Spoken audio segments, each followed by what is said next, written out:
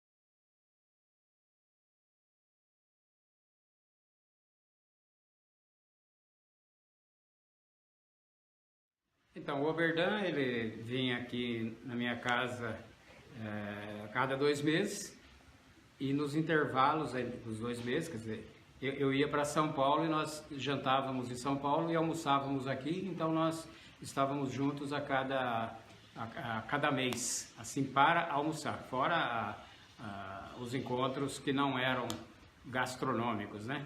Mas ele, durante os mais de 10 anos que ele frequentou a minha casa, nós nunca mudamos o cardápio, porque ele nunca permitiu.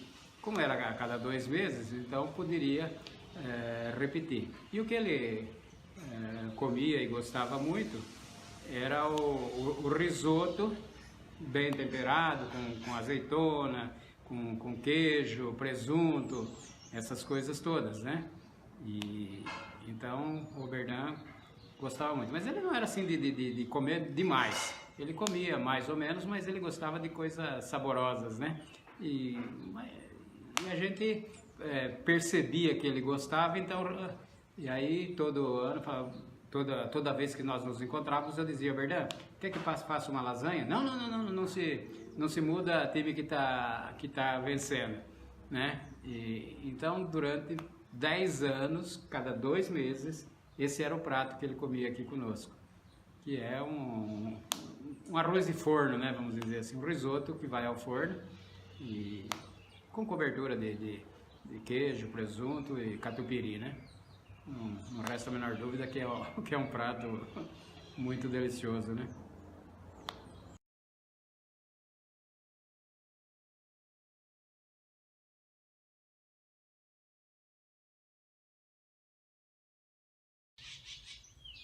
A história da minha aproximação com o Oberdan, ela é muito interessante. E o Oberdan sempre contava, todas as vezes que ele fazia uso da palavra e que eu estava junto, isso em festas no Palmeiras e que ele era convidado a falar, ele contava essa história. O Oberdan, ele jogava pelo Juventus e um dia ele foi na minha cidade para um jogo de futebol por causa do aniversário da cidade. Eu sou de Bariri e era 1955, o Oberdan foi para lá. E a cidade onde predomina a colônia italiana, todos quase palmeirenses, a grande maioria palmeirense. E um belo dia que o Oberdan esteve lá, né, para esse jogo, isso no mês de junho de 1955, ele foi convidado para ir fazer uma visita para um palmeirense que se destacava pelo fanatismo, era um palmeirense daqueles mesmo de verdade. E esse senhor tinha um armazém, um empório. E o Oberdan chegou lá e a hora que o homem viu que o ídolo dele se encontrava na casa dele, ele endoideceu, né? E aí então ele falou: entra, Oberdan, entra, venha sentar, vem tomar um cafezinho. E aí chamou a esposa, fala, olha, que você não sabe quem está aqui em casa, o Oberdan, olha, faz um cafezinho para ele. Aí o Oberdan, que todo lugar que ia tinha que tomar um cafezinho, falou, não precisa se preocupar não, eu só estou passando por aqui, mas não precisa se preocupar. Não, entra. Não, entra, o senhor viajou o dia inteiro por essas estradas, naquele tempo as estradas não eram assim tão confortáveis, né? Então entra, vem sentar um pouquinho aqui, o senhor toma um cafezinho, toma uma água. Não, eu sento aqui mesmo. E sentou em cima de um saco de feijão. Aquele tempo, não é como hoje que você vai no supermercado, dá tudo em saquinho pesado. Era pesado, era a granel. E era pesado conforme o freguês queria, 1 quilo, 1,5 quilo, 2 quilos, né? Mas ficava num saco. Aí, tudo bem, o Verdão foi embora. E aí o que aconteceu? Passado alguns anos, 2, 3 ou 4 anos, alguém da cidade chegou para esse negociante, esse comerciante, o dono da mercearia, e falou, fulano, o senhor quer vender o seu empório aí, que eu estou querendo comprar para me estabelecer. Eu vendi uma fazenda aí e estou mudando para a cidade para que os meus filhos possam estudar. E eu morando na fazenda não tem como, então eu também não posso ficar parado. Quer me vender? Aí ele então, com aquele sotaque de italiano, respondeu assim, olha velho, eu te vendo tudo que tiver aqui, menos um saco de feijão que o Oberdan Catani sentou em cima. Bom, esse homem teve que aguentar a gozação da cidade o resto da vida, né? Mas o Oberdan não sabia da história, porque ele passou por lá em 55 e esse fato aconteceu 57, 58, enfim, alguns anos depois. E um dia eu trabalhando com um amigo e conversando com esse amigo, que embora São Paulino, ele morava perto do Parque Antártica, ele que gostava muito de tênis e piscina e também tinha filho, ele pegou e entrou de sócio no Palmeiras.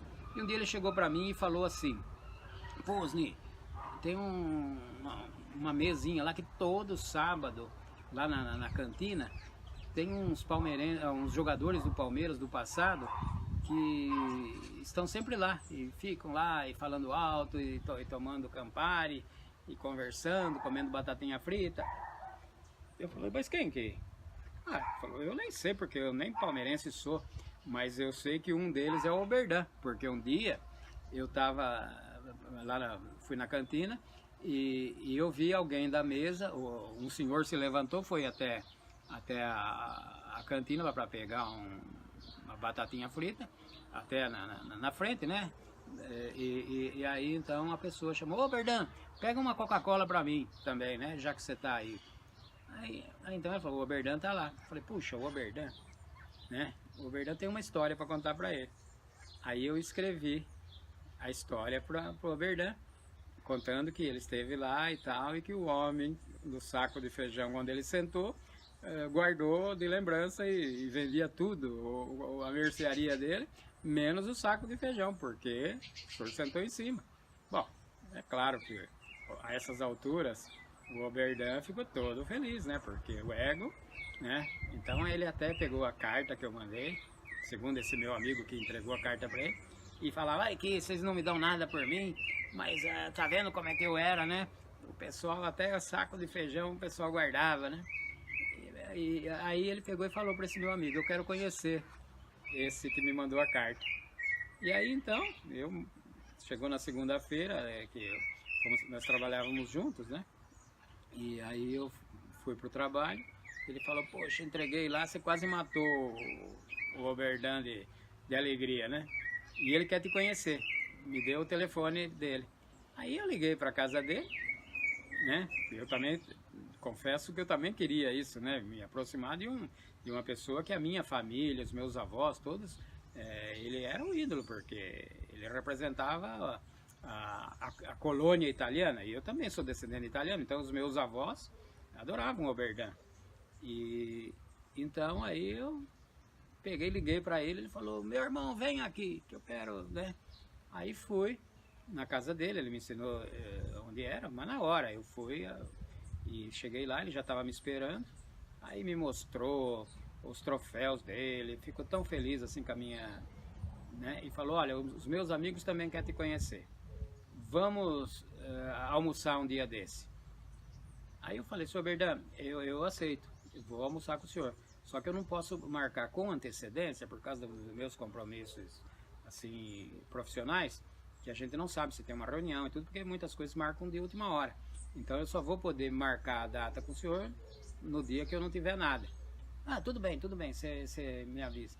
Aí nós vamos lá no bar como é, aquele palmeirense famoso lá, o bar do Elias. Eu falei, tudo bem, você sabe onde é? Eu falei, não sei. Eu falei, então você vem aqui na minha casa, você me apanha aqui e nós vamos pra lá. Aí então eu passei lá no horário que ele marcou, peguei ele foi me ensinando onde era o bar do Elias, cheguei lá no bar do Elias, os amigos dele já estavam me aguardando. Nossa, que surpresa! Todas aquelas pessoas que eram meus ídolos aí na rádio, Fiore Giliotti, esse pessoal todo, estavam lá e me aguardando. Então, nossa senhora, né? Que coisa! E a partir desse momento, nós travamos uma amizade tão grande, que nós nos considerávamos como se fôssemos irmãos, né? Ele, então, conforme eu disse, pai, irmão e amigo, né? Então, esse foi o meu feliz encontro com o Oberdan. E até o último dia da vida dele, a gente se manteve na mais perfeita amizade e respeito de um para com o outro, e também da minha parte para com ele uma certa adoração pelo ídolo que ele foi, por tudo que ele representou para o meu time de futebol, né? O Oberdan, ele deu a vida pelo Palmeiras, inclusive ele sempre me dizia, se for preciso dar de novo, né? Se fosse possível voltar no tempo, eu daria a minha vida para o Palmeiras. Então esse foi o Oberdan, esse foi o meu feliz encontro com o Oberdan, né? E ao longo desses 16 anos que nós nos curtimos muito, nos encontramos muitas vezes, toda semana eu ligava para ele, quando eu não ligava, ele ficava preocupado, como se fosse um pai mesmo, querendo saber do filho, e queria saber se estava bom e tal. Então essa foi a minha história com o Oberdan, que para mim nada melhor do que a lembrança que eu trago dentro da minha alma sobre os momentos que eu convivi com o Oberdan.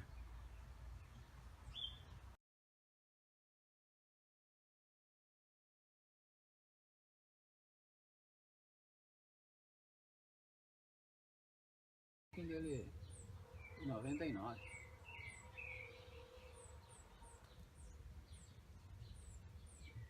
Bom, aqui nós fizemos as mãos dos jogadores do Palmeiras e das pessoas que acompanhavam o Oberdan, da turma do Oberdan, guardamos uma lembrança inspirado na calçada da fama lá de Hollywood, né?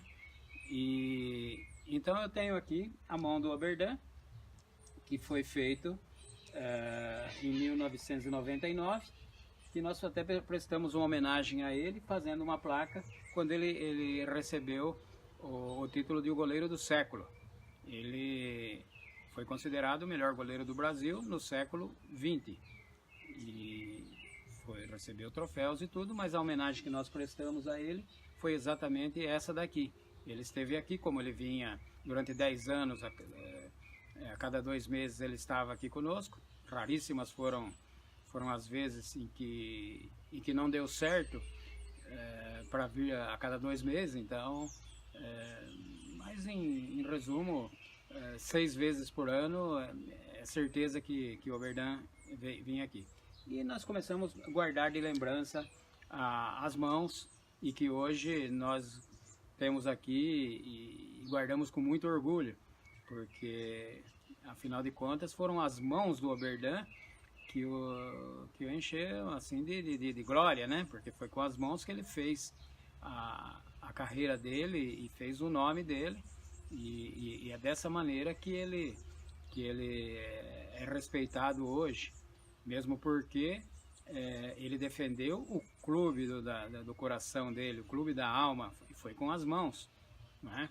E com o coração também, porque a paixão que o Oberdan tinha pelo Palmeiras é inegável. Ele sempre foi, e muita gente diz que é o maior dos palmeirenses, maior dos palestrinos palmeirenses, né? Uma figura maravilhosa, uma pessoa muito honesta, e que eu tive a honra de conhecendo ele profundamente pelos tantos anos que convivemos, de um dia ser convidado ou até mesmo intimado a escrever o livro sobre a vida do Oberdan. Então a biografia do Oberdan que corre por aí, eu tive a honra de escrever, baseado, é lógico, em tantas e tantas conversas que eu tive com ele.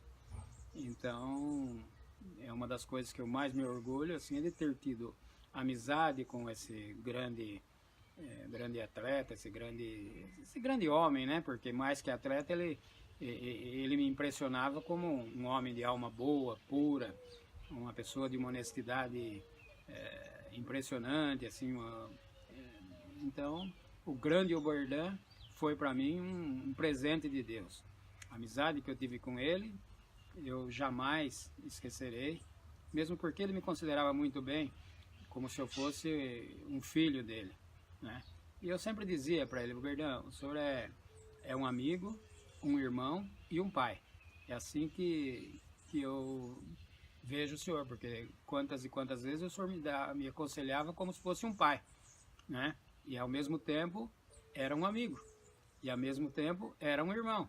Então foi sempre dessa maneira que nós convivemos durante 16 anos, os 16 anos últimos da vida dele, que foram maravilhosos, pelo menos para mim. Jamais esquecerei aí, porque era o Oberdan Cattani, né? O grande Oberdan do nosso querido Palmeiras, né? E ele é o maior dos palmeirenses. Então,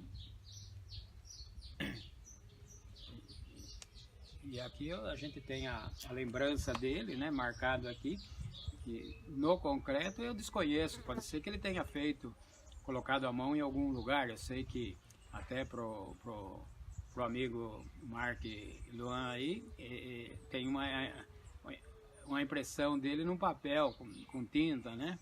E paralelamente a isso aí, eu tenho aqui feito no concreto, que imagino que se ninguém, né, isso aqui pode durar anos e anos como uma lembrança desse grande personagem da história do futebol brasileiro.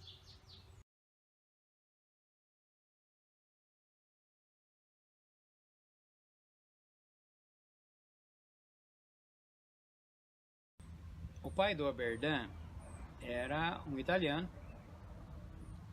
que veio da Itália, e ele sofreu um acidente que até o Oberdan não sabia com detalhes como é que foi, mas ele não tinha um braço.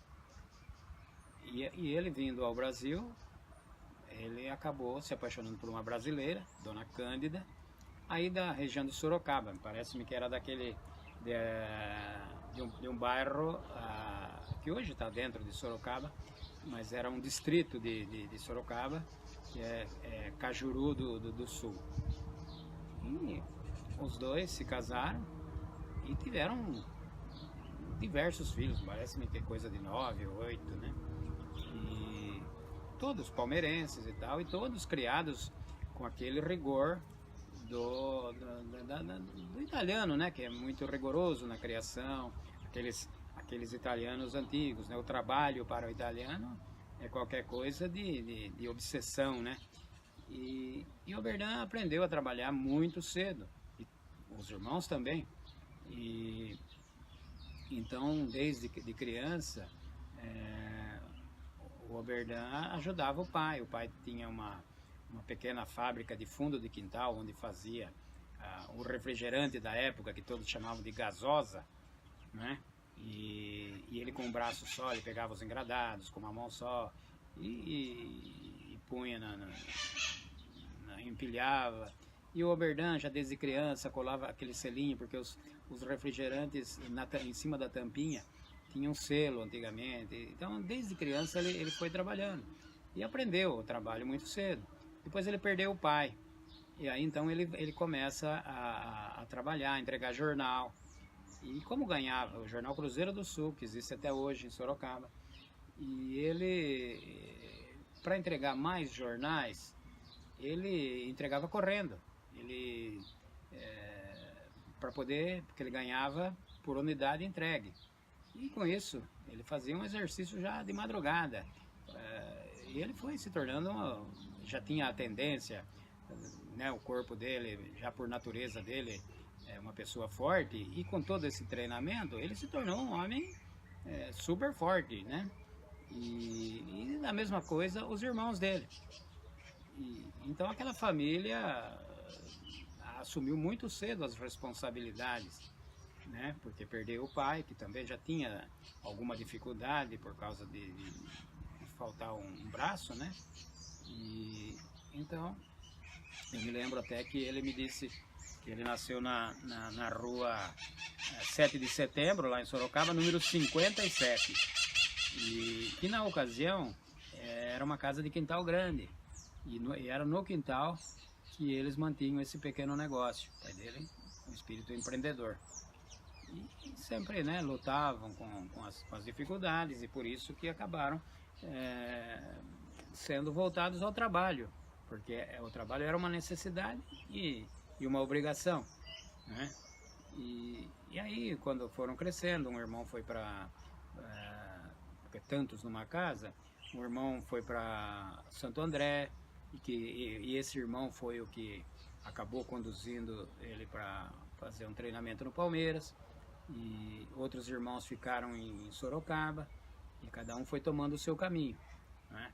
Eles tinham algumas irmãs também, eu tive a felicidade de conhecer alguns dos irmãos dele, e até hoje mantenho contato com algumas pessoas da família, sobrinhos, essas coisas, mas foi uma família normal, assim, comum, daquelas famílias de batalhadores, de pessoas que lutavam honestamente pelo pão de cada dia, né? E o Berdão levou essa característica para a vida toda. Trabalhou como caminhoneiro, né?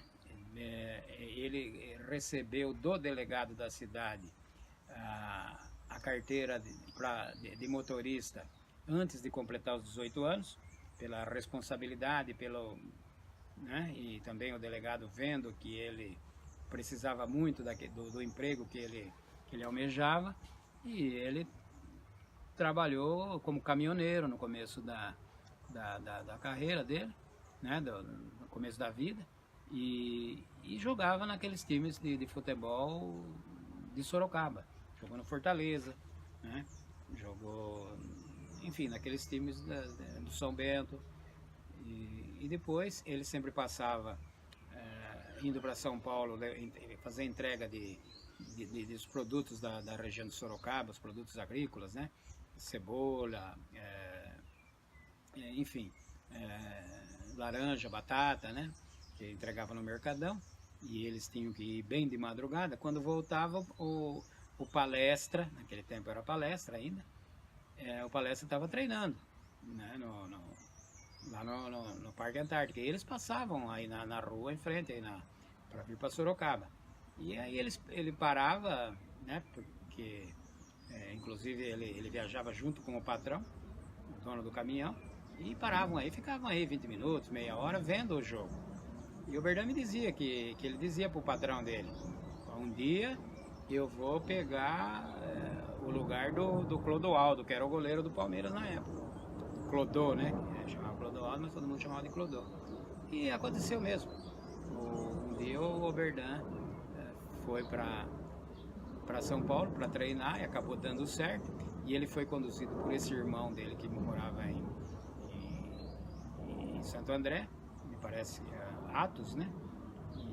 E aí deu no que deu, né? O maior mito, o maior ídolo do Palmeiras, respeitado hoje, amanhã e sempre, né? Por causa da dedicação, por causa do amor. Ele em nenhum momento colocou os vencimentos, a parte financeira em primeiro lugar, sempre o pensamento do clube, a paixão pelo clube, e assim foi que ele se transformou nesse ídolo respeitado e sempre vai ser, que é o Oberdan Cattani, né? Uma pessoa maravilhosa, de uma honestidade fantástica. Nós que fomos amigos dele, uma das condições que ele exigia da gente era exatamente a pontualidade e a honestidade.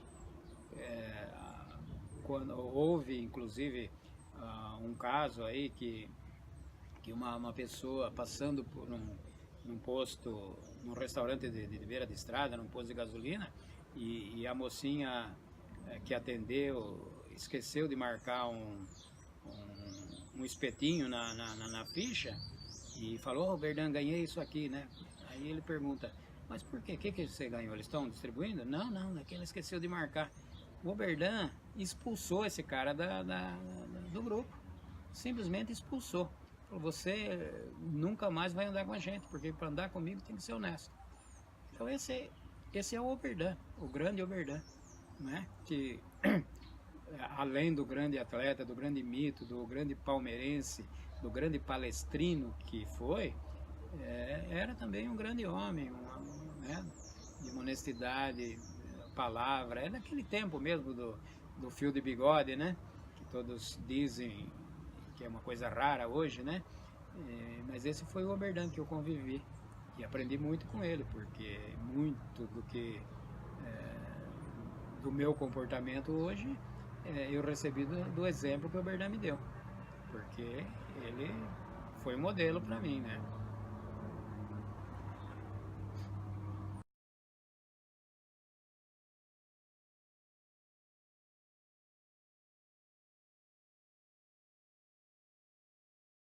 O Oberdan chegou no Palmeiras em meados de 1940 e inicialmente ele foi ocupar o time B, ele foi titular do time B, que segundo o que diziam, o time B era um grande time, disputava um campeonato da categoria, e em pouco tempo ele foi para o time A e assumiu definitivamente por 14 anos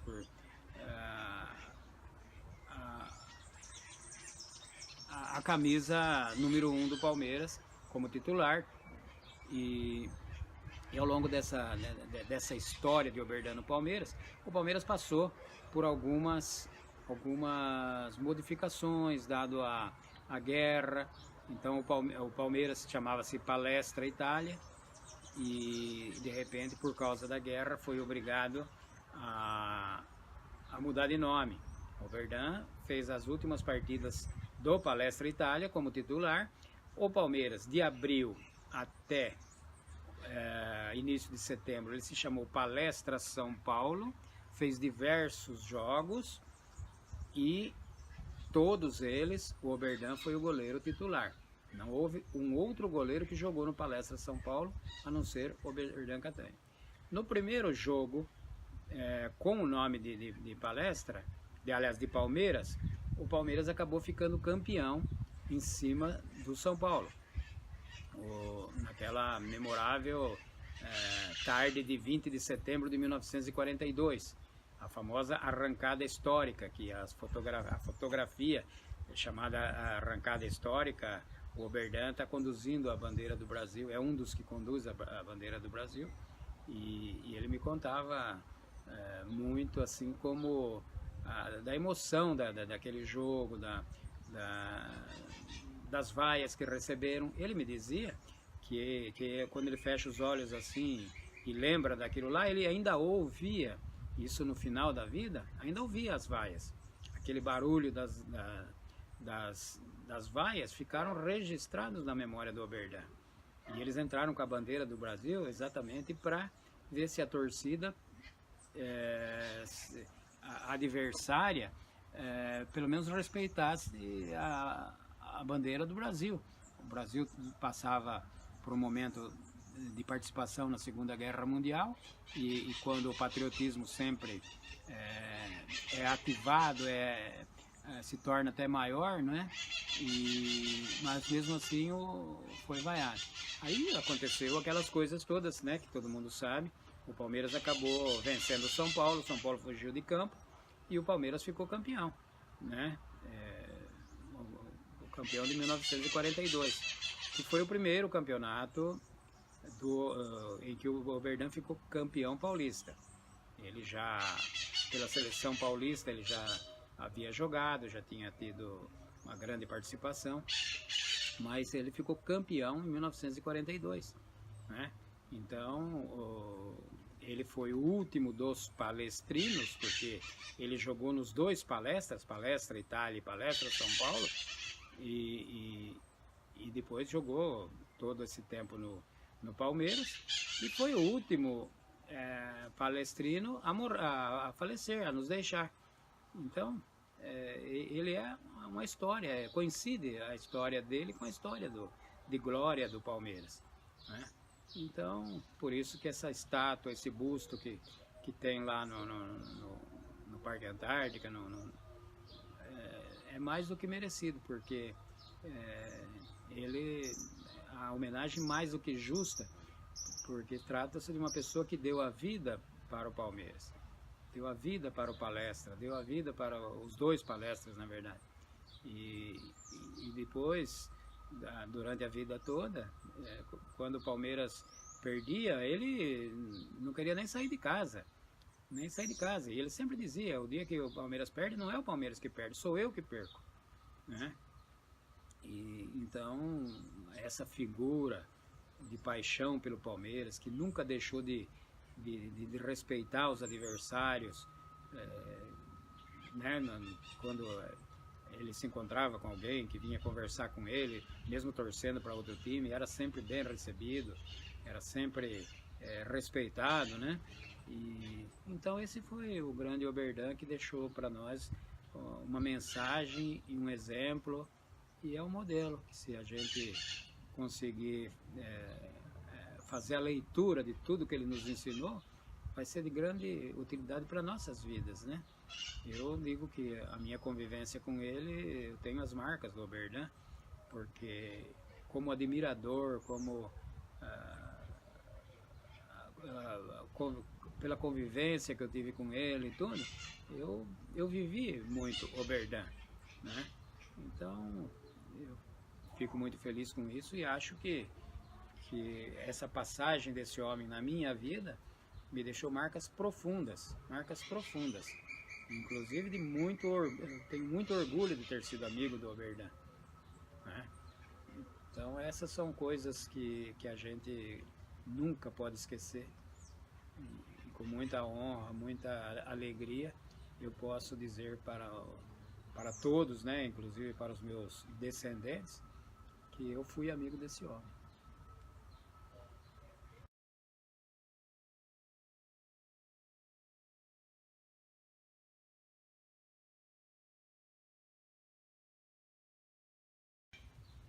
O Oberdan, todas as conquistas do Palmeiras, desde os tempos que ele esteve lá, ele participou dos campeonatos de 44, 46, 42, aqueles, o ano 50 foi de muita glória para o Palmeiras, ficou campeão paulista, campeão de todos os torneios que disputou, que é chamado as 5 coroas, né? Inclusive acabou vencendo o campeonato, a Copa Rio, que era considerado uma Copa do Mundo, feita nos moldes da Copa que o Brasil havia perdido no ano anterior. O futebol no Brasil estava desprestigiado, né, por causa que a frustração com aquela derrota, que se contava como vitoriosa e não aconteceu, trouxe muita decepção para a torcida brasileira. E esse campeonato, nos moldes anteriores, foi uma tentativa de recuperar a autoestima dos brasileiros. E o Palmeiras participou junto com fazia parte das 8 melhores equipes do mundo na época, né? As 8 maiores, e foi feito um campeonato nos moldes do campeonato anterior, do campeonato mundial. E aí então o Oberdan começou muito bem e tal, mas no último jogo, na fase São Paulo, porque depois os classificados foram terminar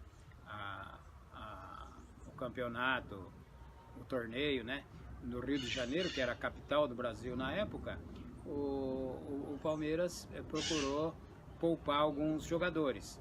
E coincidiu de o Juventus da Itália estar num dia inspirado. E o Palmeiras, segundo o que o Oberdan dizia, não jogou mal, mas ele estava um pouco desentrosado porque muitos dos jogadores estavam entrosados com o time, muitos dos titulares foram poupados. O Oberdan me dizia sempre que ele foi contra, falava, poxa, nós somos todos jovens, não tem essa de cansar, não tem essa de precisar poupar. Com a juventude que nós tínhamos nos nossos corpos, não havia essa necessidade. Mas mesmo assim, acabaram não colocando alguns jogadores que eram fundamentais na equipe. Bom, o Oberdan acabou sendo o goleiro e o Brasil perdeu de 4-0. Quiseram jogar a culpa em cima do Oberdan, como se fosse um bode expiatório, né? Ninguém quis assumir aquela derrota e acharam o Oberdan, porque afinal de contas o time ganhou de 4-0. E o Oberdan não aceitou essa consideração, essa culpa que ele sempre me disse que não era dele, que até pênalti ele pegou nesse jogo, né? Ele não foi o causador disso aí, mas ele acabou sendo colocado como culpado. E naquele clima de nervosismo lá, nos vestiários, houve alguns empurrões, alguns desencontros entre algumas pessoas da diretoria, provavelmente o presidente, e o Oberdan não aceitou que jogasse a culpa em cima dele. E aí então houve aquele desentendimento e nunca mais ele conseguiu se recuperar. Então na fase Rio, ele não foi o titular, era para entrar no seu lugar o Inocêncio, que era o segundo goleiro, mas o Inocêncio na última hora teve um problema de saúde, um desarranjo intestinal, coisa desse tipo, e entrou o terceiro goleiro, que foi o Fábio, e ele se deu muito bem. A partir desse momento, o Fábio acabou se consagrando e foi o grande goleiro da Copa Rio, né? E o Oberdan acabou não saindo na fotografia do Campeonato Mundial de 50, embora ele tenha de 51, Campeonato Mundial Interclubes, né? Que é a famosa Copa Rio. Então esse foi o desencontro, assim, de onde começou o Oberdan começou assim a ser colocado de lado pela diretoria do Palmeiras e ele foi castigado até o fim, porque amava tanto esse Palmeiras e o Palmeiras, através de sua diretoria, demonstrava que não o amava, que o rejeitava. Então o Oberdan sofreu muito com isso, né? Mas mesmo assim ele foi para o Rio, ele treinou e fez os treinamentos para que o Fábio se desse bem, orientou o Fábio, transferiu para ele alguns conhecimentos, alguma experiência, sendo ele o goleiro titular e o Fábio o terceiro goleiro, precisava de alguma orientação, né? E o Fábio se deu muito bem. Então esse foi o problema que aconteceu aí, que o Oberdan acabou não saindo na fotografia da Copa Rio.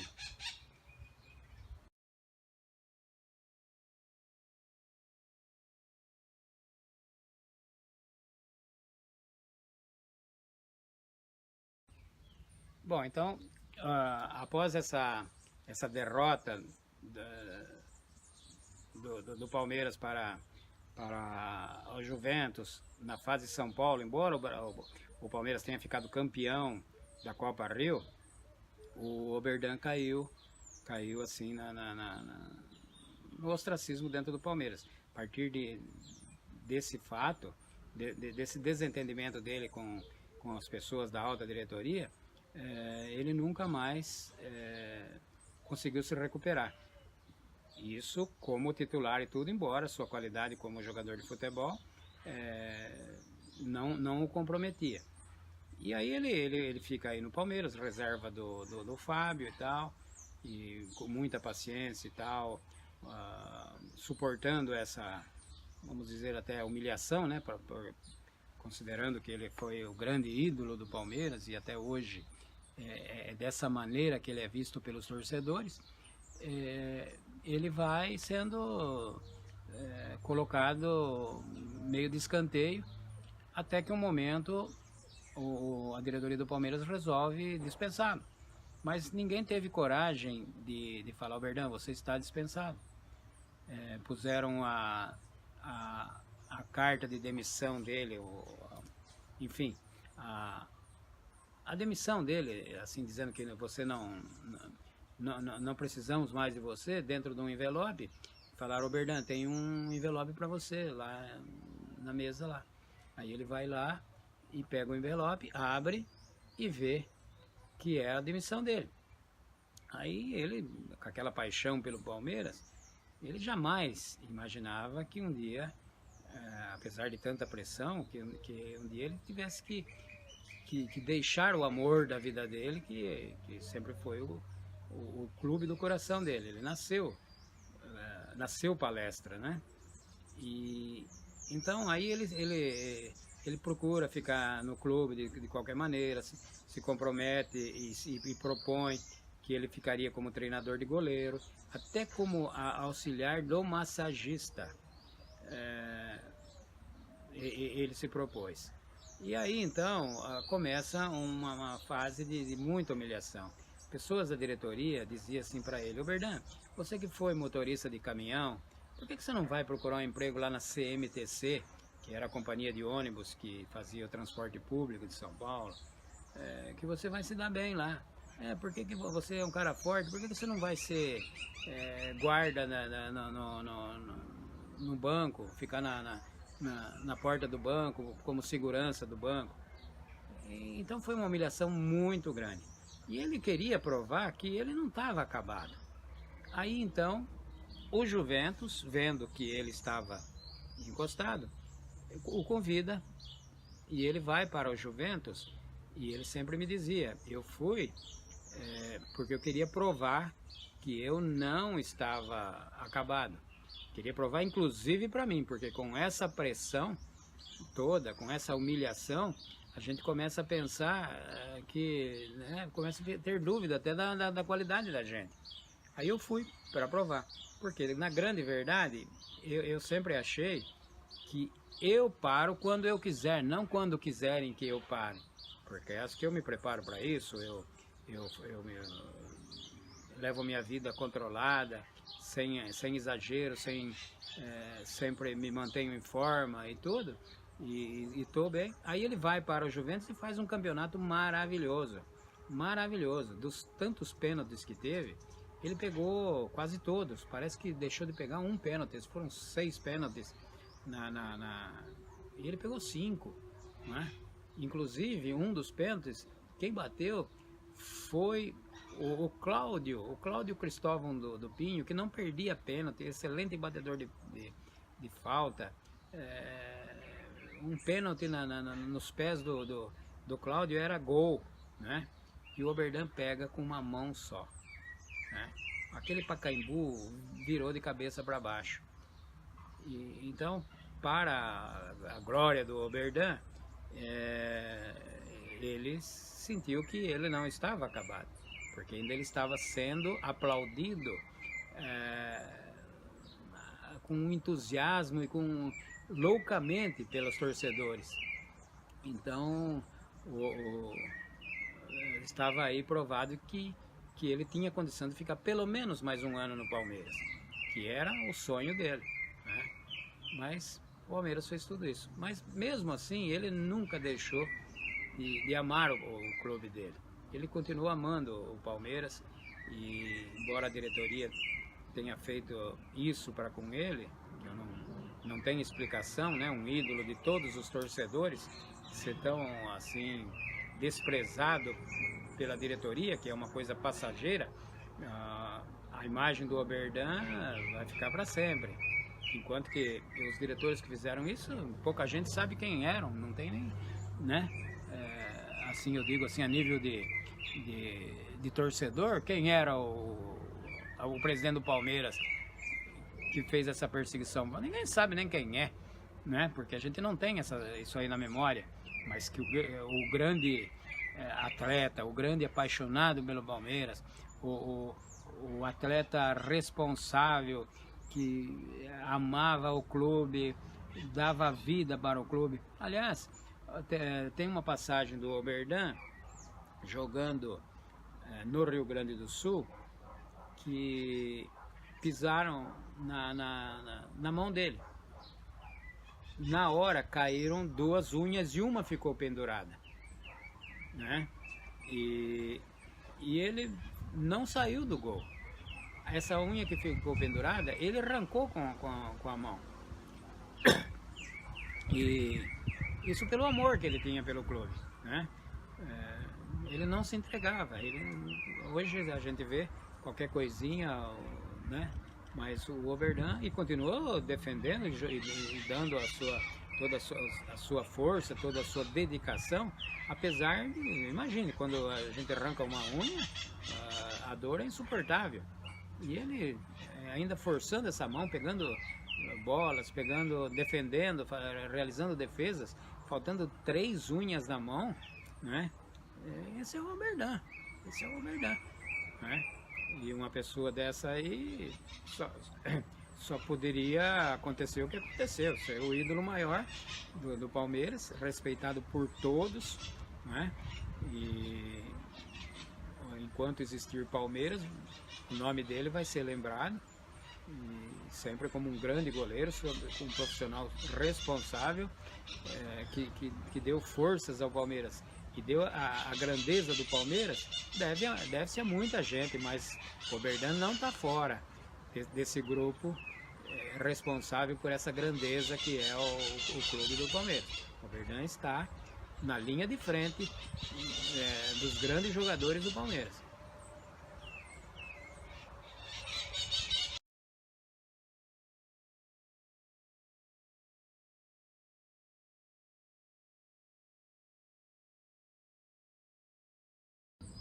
O Oberdan, a vida dele dentro de casa, ele viveu com a esposa, a dona Marcília Vilas, um amor desses, amor de novela. É um tipo de paixão que todos nós desejaríamos. Ele viveu uma paixão imensa. A dona Marcília o deixou no Dia das Mães de 1977. Foi o maior golpe que o Oberdan teve no seu coração. Não sei como ele conseguiu suportar. Mas a partir dessa data, todos os finais de semana, eu me lembro que eu saía com ele, convidava para vir para minha casa, e quando ele vinha no sábado, no domingo ele ia, e quando o compromisso dele era no domingo, ele ia no sábado. Ele ia para o cemitério São Paulo, onde a sua esposa está sepultada, e onde hoje ele está também, hoje ao lado dela.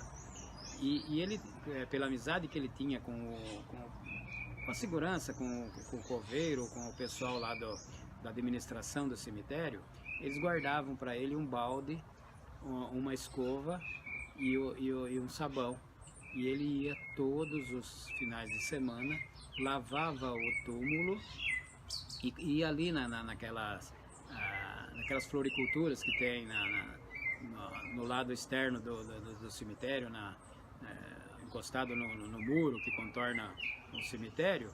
Ele comprava flores e deixava para sua esposa. E ali eu imagino que ele não se continha, e com certeza ele chorava copiosamente, estando aí ao lado dos restos mortais da esposa, que foi a grande paixão da vida dele. O Oberdan, desde o primeiro dia que eu estive com ele, que ele me falou e mostrou a fotografia da esposa, no primeiro encontro que eu tive com ele, ele me falou da esposa e ele chorou, dizendo que ele teve o maior presente que Deus podia ter dado para ele foi a esposa, e que Deus havia tirado há muito tempo. Ele nunca mais se casou, ele tinha 58 anos quando perdeu a esposa. Me disse que teve 1000 oportunidades, porque ele, como uma pessoa assim bem equilibrada e tudo, não é difícil encontrar uma parceira, uma companheira que poderia até ter uma vida assim, uma vida com uma companhia, com uma companheira, né, para um cuidar do outro, né? Mesmo assim ele não quis, porque a dona Marcília sempre foi para o coração do Oberdan uma pessoa insubstituível.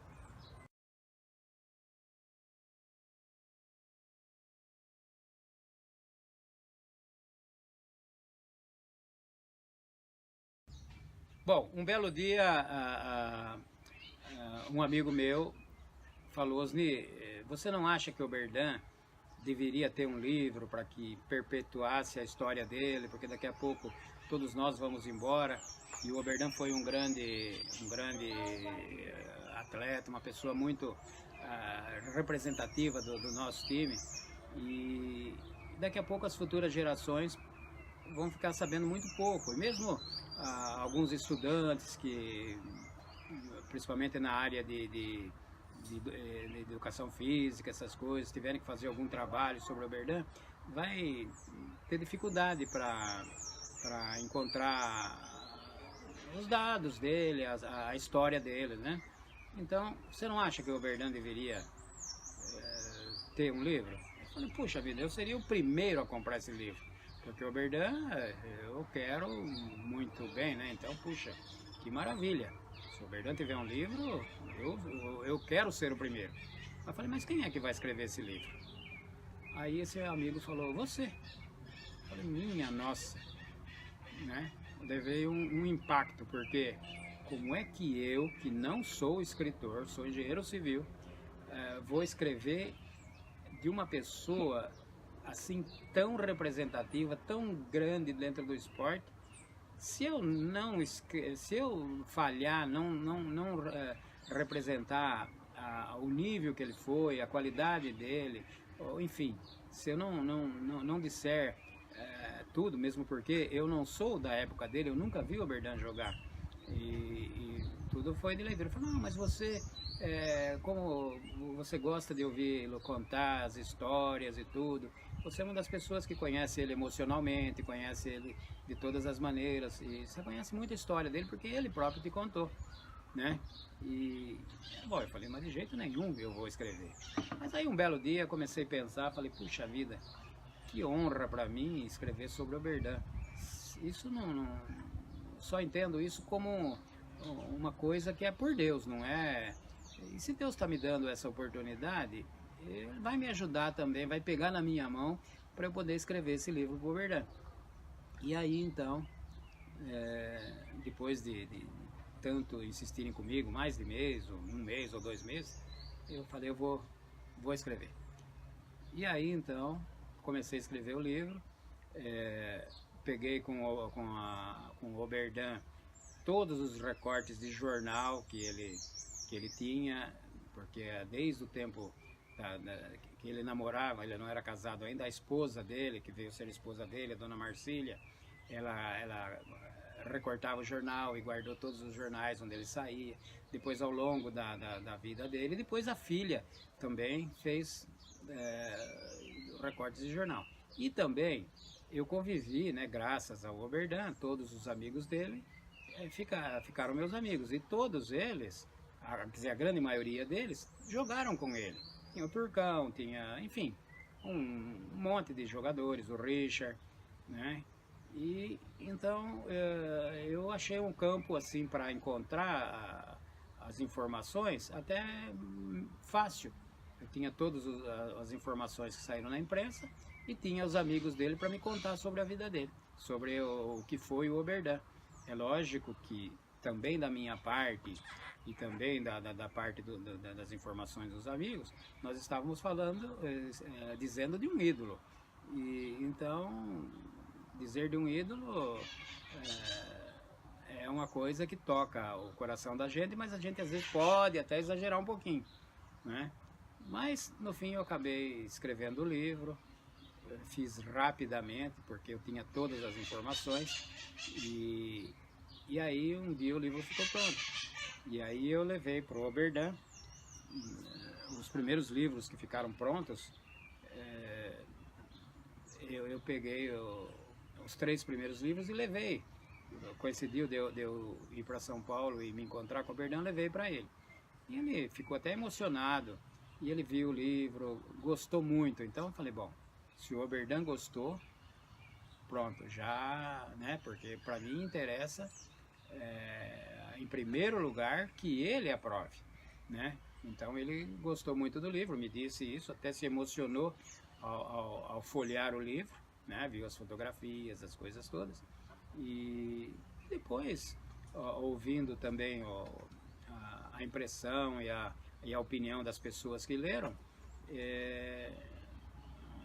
eu me convenci que o livro saiu razoável, né?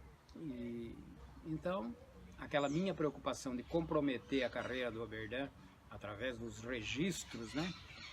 Aí achei que não foi tão comprometedora, né? Porque recebi assim muita manifestação de carinho, assim, pelos torcedores, por ele mesmo, pela família dele, pelos amigos, né?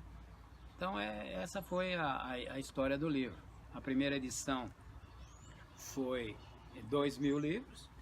A forma que nós vendemos foi nós de boca a boca e vendendo sem ser em livraria, mas de mão para mão, que é uma forma que não vende muito. Mesmo assim, a primeira edição esgotou uma rapidez impressionante.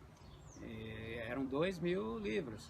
Aí fizemos a segunda já mais de 1.000 livros. Temos ainda alguns livros aí que restaram, mas de qualquer forma o livro do Oberdan teve uma aceitação, né? Então foi mais ou menos por aí. Eu, como engenheiro civil, não sou escritor, tive a felicidade de escrever um livro sobre o maior ídolo, o mito do meu time de futebol. Então, para mim, uma honra. E isso aí acabou me aproximando de ídolos meus, por exemplo, Fiore Gilhote, esse pessoal que quando eu era criança no interior, eu ouvia Cantinho da Saudade, aquelas coisas todas, aquelas matérias que o Fiore sabia, e eu aprendi a admirar esse personagem. De repente ele vira meu amigo e faz o prefácio do livro. Então veja quanta coisa que o Oberdan me deu, né? Então eu sou muito grato ao Oberdan, continuo amando-o e jamais esquecerei esse amigo, porque um amigo maravilhoso, um orientador pela experiência que ele tinha, era um conselheiro, era tudo assim, como se fosse de pai para filho. Então esse foi o grande Oberdan que eu tive a honra de conhecer e jamais esquecerei. Guardo com saudade os momentos que nós convivemos. Ele vinha em minha casa, eu ia na dele, e havia uma alegria muito grande em recebê-lo, e percebia que ele também me recebia com muito carinho, muito amor. Então eu convivi com ele com muita honra para mim.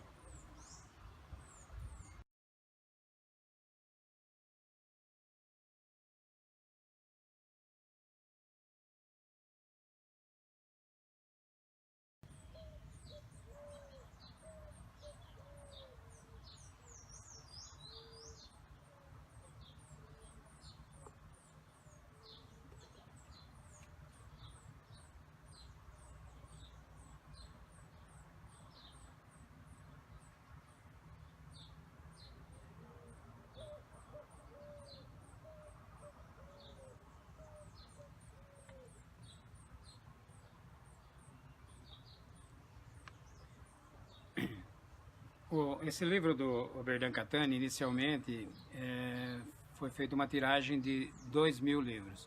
A forma de divulgação e venda do livro não foi através de livrarias e nem pelos meios de comércio mais amplo. Ela foi assim através do próprio Oberdan, dos amigos do Oberdan. Eu mesmo vendi muitos livros e mesmo assim conseguimos vender 2.000 livros, esgotar a primeira edição, e da segunda edição, que foi de 1.500 livros, pelo menos 1.000 livros já se foram. Em termos de Brasil, que não se costuma ler muito,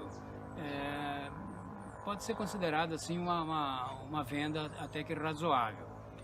Ainda nós temos alguns livros em mãos, e se alguém estiver interessado, antes de nós pensarmos na terceira edição, que essa edição provavelmente a gente usa uma outra forma de divulgação e não essa que praticamente já esgotou, né? Porque todas as pessoas que estavam ao nosso alcance já têm o livro, já se manifestaram, mas aqueles que estão mais distantes nem sempre sabem que existe o livro. Mas nós temos ainda alguns livros e que aqueles que estiverem interessados poderão adquirir através do meu e-mail, osniferrari@terra.com.br.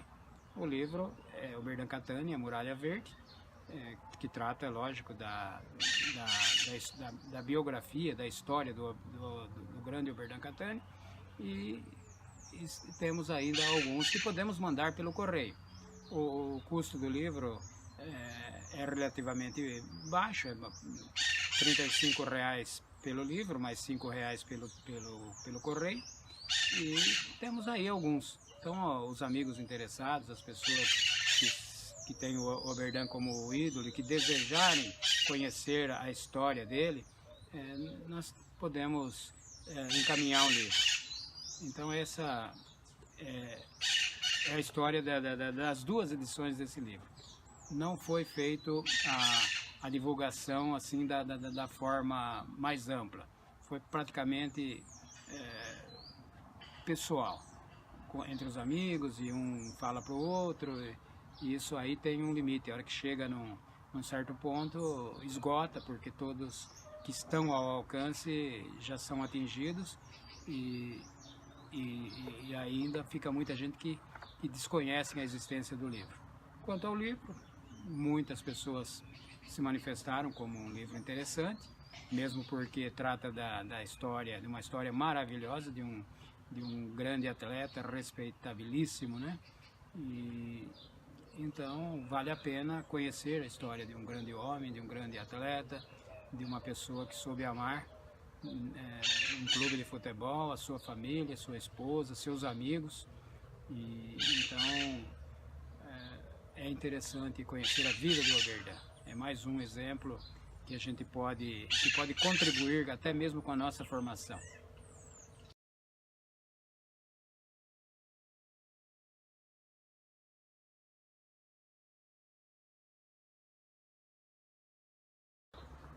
Participei de muitas festas dentro do Palmeiras, ou em recintos palmeirenses, em grupos de palmeirenses, junto com o Oberdan.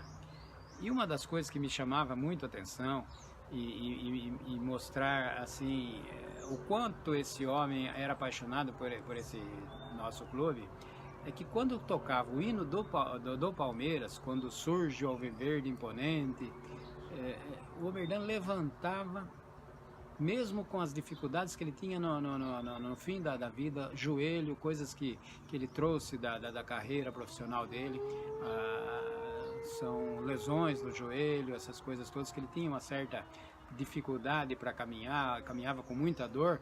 Ele não deixava de se levantar, assim como nós todos fazemos quando toca o hino nacional. O Oberdan se levantava e ficava na posição de palmeirense, patriota, como nós ficamos no hino nacional. Ele ficava para ouvir o hino do Palmeiras. Então é indiscutível essa paixão que ele tem pelo Palmeiras. E não precisava nada, ele ouvia o hino, fosse cantado por quem fosse, ou mesmo em gravações eletrônicas, o Oberdan se levantava, enquanto não terminasse o hino, ele não se sentava. Então essa é uma característica que vai me deixar marcado, porque eu desconheço assim o maior dos torcedores que não o Oberdan se comportar dessa maneira diante dos valores e dos símbolos do clube. Então o Oberdan não deixava de levantar. Ouvia o hino, às vezes estava conversando com a gente e surgia o hino lá distante, ele parava a conversa e se levantava e ficava na posição de patriota para ouvir o hino do Palmeiras.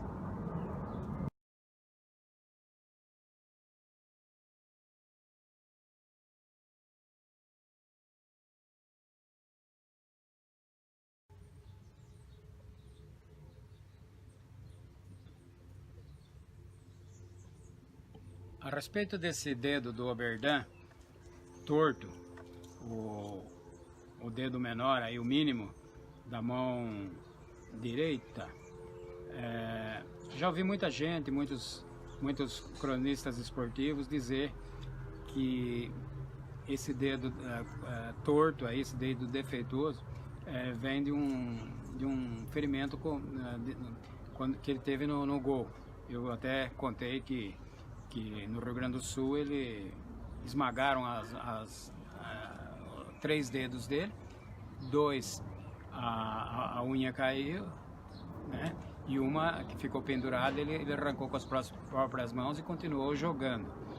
Mas ele me contou direitinho sobre esse dedo aí, que antes dele ser jogador de futebol, que ele trabalhava como caminhoneiro e o proprietário do caminhão mantinha na sua garagem, lá onde ele guardava o caminhão, a gasolina que ele comprava em tambores. Existia alguma vantagem maior em comprar em tambores, e esse tambor, para facilitar a retirada da gasolina para pôr no caminhão, ficava sobre um cavalete para dar uma altura, e tinha uma torneira e pegava ou com um balde ou com um regador ou qualquer coisa e passava no caminhão. Essa era a prática comum. E o Oberdan, um dia chegou os tambores de gasolina, ele foi ajudar a colocar em cima do cavalete e o dedo dele foi esmagado pelo tambor, né, entre o tambor e a madeira do cavalete. E aí então ele procurou ver o que tinha que fazer e tal, e até o médico que ele foi orientado a procurar, disse que tinha que cortar o dedo fora, tinha que amputar aquela ponta do dedo. E aí ele falou, não vou. Então ele deixou assim porque nessa época não se cuidava tanto da saúde como hoje, né? E aí então ele deixou e aquilo lá acabou sarando, mas ficou com o dedo torto. Então em todas as impressões, aqui mesmo eu tenho aqui nessa marca que eu tenho da mão dele no concreto, a gente vê perfeitamente o dedo torto dele, né? Então não é o futebol que deu esse problema para ele, foi exatamente no tempo que ele era motorista, manuseando um tambor de combustível.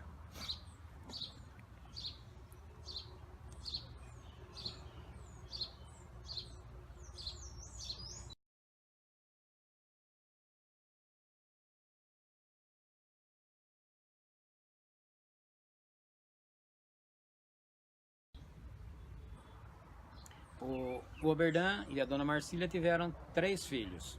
São 2 mulheres, 2 filhas. A Valquíria, que é a primeira.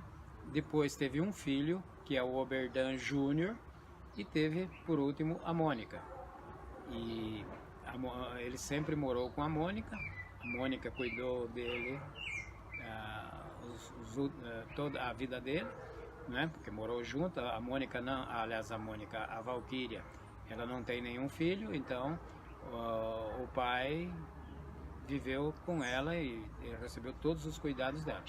A Mônica, mais jovem, quando ela nasceu, o Oberdan já estava assim convivendo mais com enfim, a Valquíria foi a que assumiu os cuidados com o pai.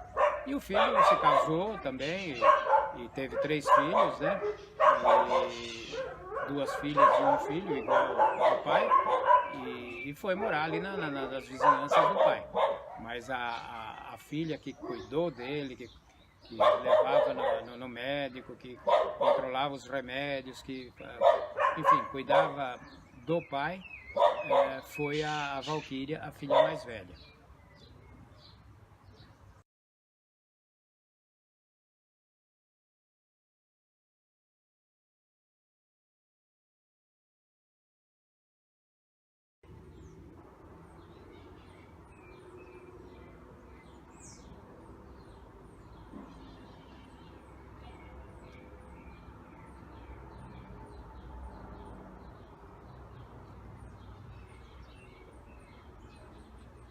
O Oberdan, depois que deixou de ser jogador de futebol, ele desempenhou diversas atividades fora do futebol.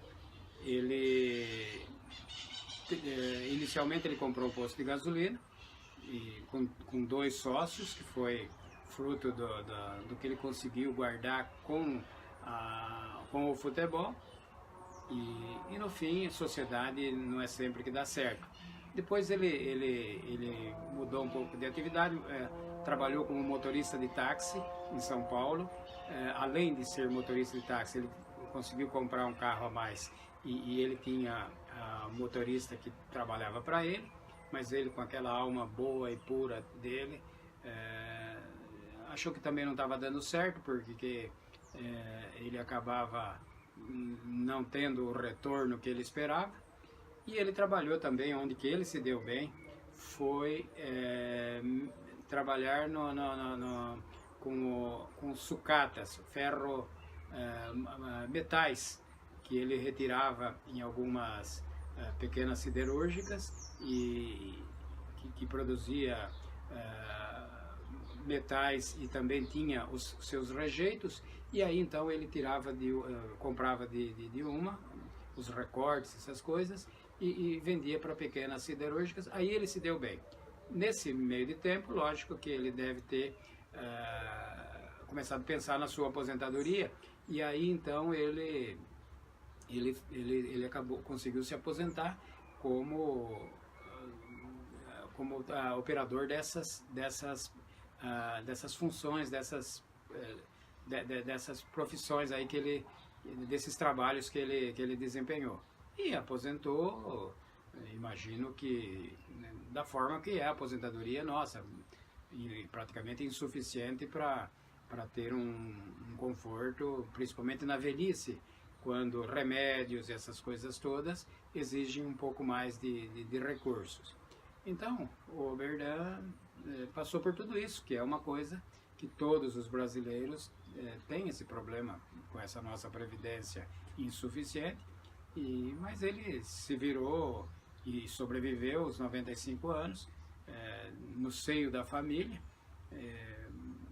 Os custos dele não deviam ser grandes, porque ele sempre teve boa saúde, mas a preocupação dele em chegar no fim da vida e faltar algum dinheiro do que de fato, né? Ele foi muito bem cuidado pela família. E então ele passou por isso aí, mas ele não teve aquelas aposentadorias pomposas. A aposentadoria normal do trabalhador brasileiro, do contribuinte que paga no carnezinho e coisas desse tipo, né? Então ele foi também um brasileiro, né? Embora ídolo e tal, o tempo em que ele viveu não foi de fartura. Mesmo porque um jogador de futebol, na ocasião, não tinha o que se tem hoje, né? Os jogadores vão treinar de helicóptero. E o pessoal naquele tempo ia de bonde ou ia a pé, transporte público. Então, para ver como é que os tempos mudaram. E Oberdan viveu essa época e foi igual a todos os outros, que viveram nessa época. Nós todos temos no seio das nossas famílias exemplos semelhantes. Nossos avós, nossos pais que se aposentaram, e nenhum deles foi com uma aposentadoria farta, suficiente para um conforto definitivo e sem muito controle no final da vida, né?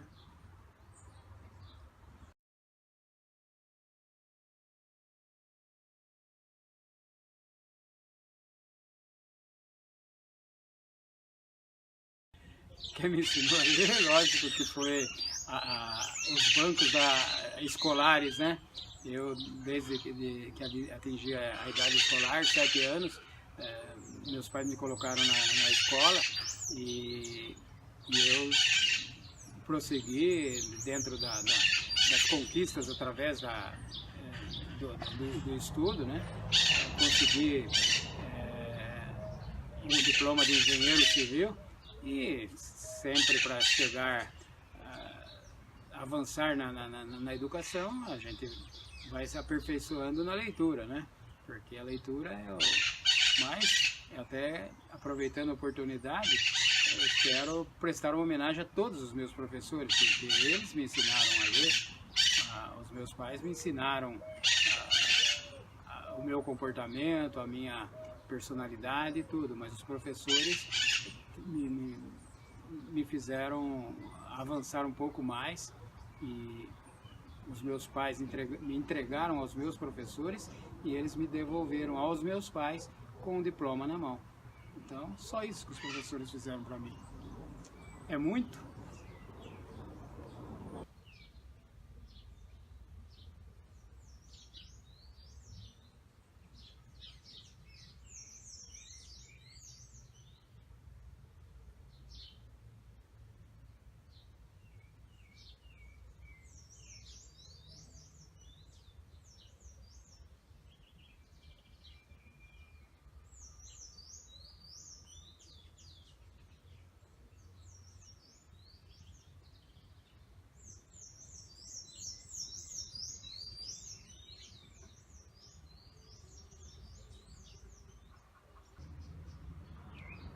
Esse lugar que nós estamos nesse momento foi palco de encontros memoráveis dos palmeirenses, sempre com a presença do Oberdan, que aliás era o que animava e o que incentivava esses encontros. A cada 2 meses nós nos encontrávamos aqui, nós nos encontrávamos na maioria das vezes aos sábados, para um almoço. Nós fazíamos um churrasco. O pessoal vinha de São Paulo, já trazia algumas coisas para petiscar. No grupo tinha um excelente cozinheiro, que é o Dorival, que é apaixonado por cozinha. Fazia alguns pratos fantásticos assim para petiscar, comer com pão, aquela salada de berinjela fantástica que vai pimentão das 3 cores do pimentão, uva passa, essas coisas, é imbatível. Então eles vinham com isso e nós sentávamos aqui e ficávamos conversando, contando das coisas dos jogos do passado e das coisas. Isso nós fazíamos a cada 2 meses, era sagrado. No intervalo, eu ia para São Paulo porque aí não era o almoço, era um jantar. E lá nós íamos num restaurante e comíamos uma pizza.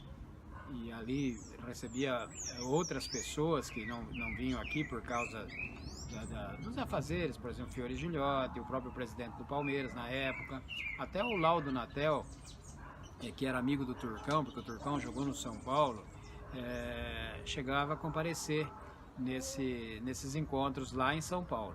O Sérgio Reis, o cantor e compositor Sérgio Reis, palmeirense, aliás o nome dele é Sérgio Babini, o Badini, não é Sérgio Reis, ele ia também. Então eram encontros agradáveis, tanto aqui como lá. Então, cada 2 meses aqui, cada 2 meses intercalado lá, todos os meses nós almoçávamos e jantávamos juntos, né? Então, a cada 2 meses o almoço e a cada 2 meses a janta. Esses encontros memoráveis.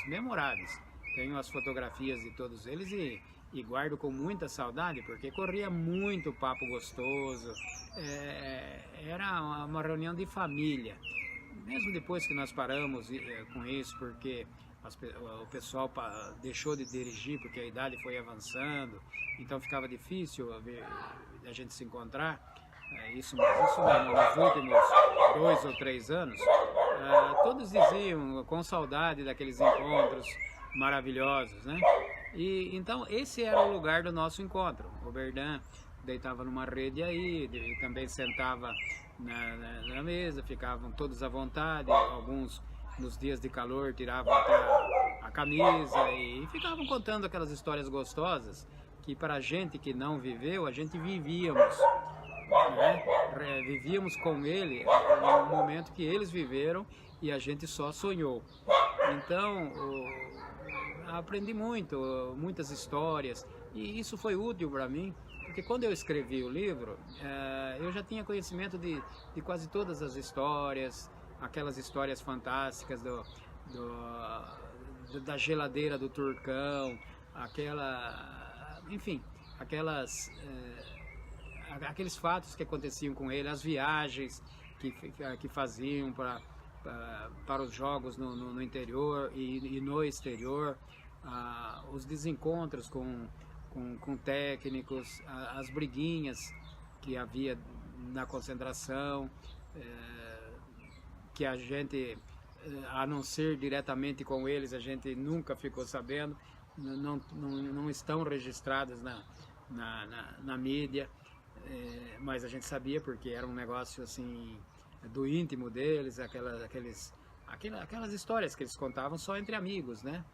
E então, além dos encontros que nós mantínhamos, fora da programação, tínhamos esse programado, que a cada 2 meses, almoço aqui nesse lugar, né?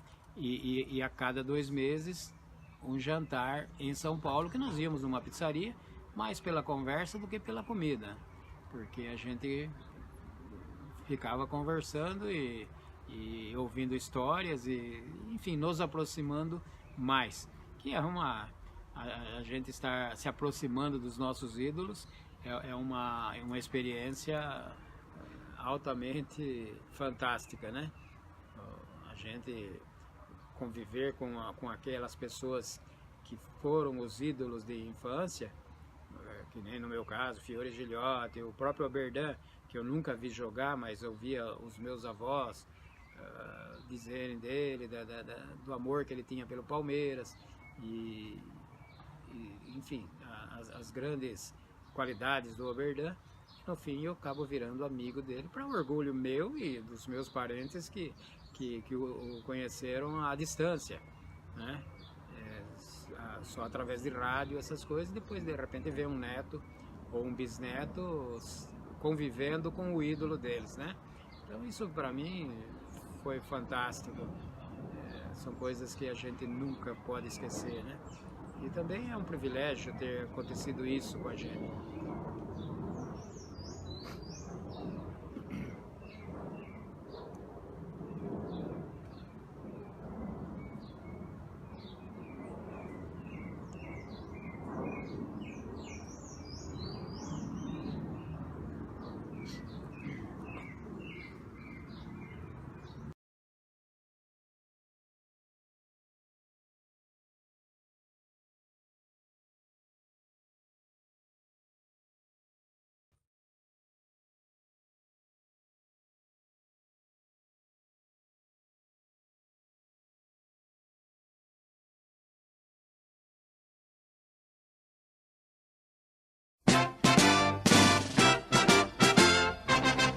Quando surge o alviverde imponente, no gramado em que a luta o aguarda, sai sabe bem o que vem pela frente, que a dureza do prédio não tarda, e o Palmeiras no ardor da partida, transformando a lealdade em padrão, sabe sempre levar de vencido e mostrar que de fato é campeão. Defesa que ninguém passa, linha atacante de raça, torcida que canta e vibra. Defesa que ninguém passa, linha atacante de raça, torcida que canta e vibra por nosso alviverde inteiro, que sabe ser brasileiro, ostentando a sua fibra.